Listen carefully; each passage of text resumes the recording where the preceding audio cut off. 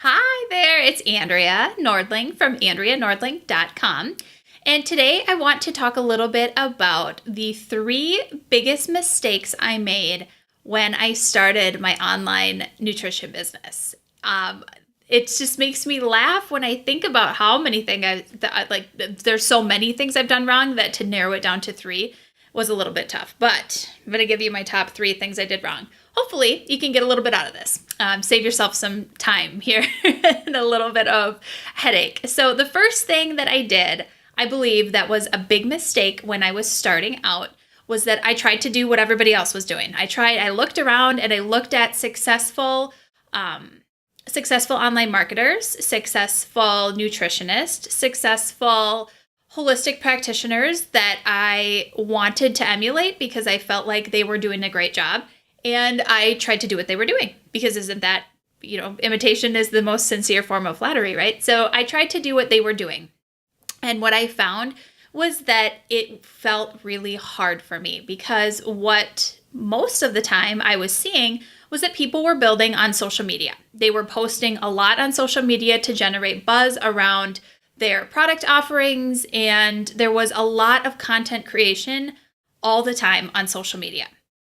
This is not my strength. It is not my strength to do anything on social media. In fact, I prefer not to have a presence on social media at all. So to try to build a business that way, because I felt like it was the only way, and I've talked about this in other videos, so you can check those out. But to do that really was not resonating with me. It was very, very hard. And I was finding that it was hard to get any momentum because I was doing things I didn't like doing. So first mistake is that I was trying to do what everybody else was doing, and it wasn't in alignment with what felt good to me and what felt like something that I wanted to keep up with long term. So that was not good.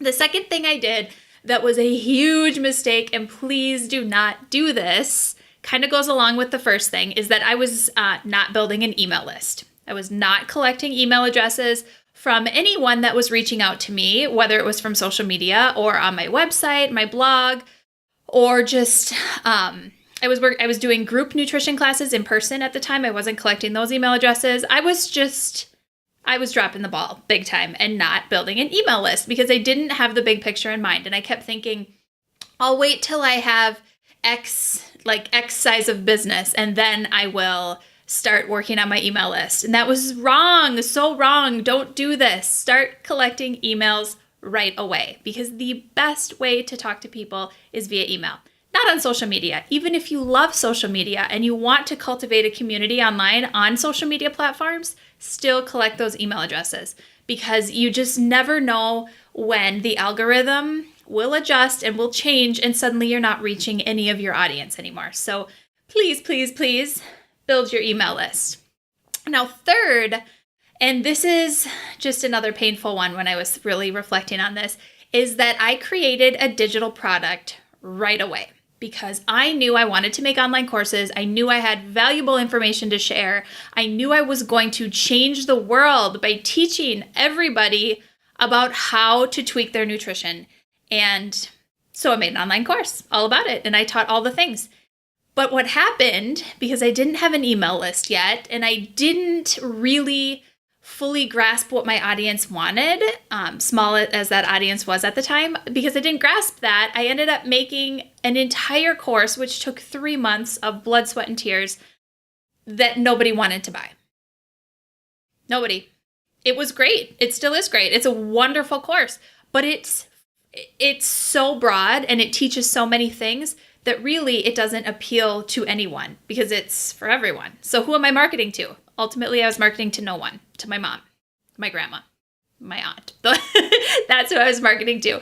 So please don't make this mistake. Do not create a digital product and put all of your eggs in this one basket until you have really, really niched down and are super specific about who you're helping, what their pain points are, and what they want from you.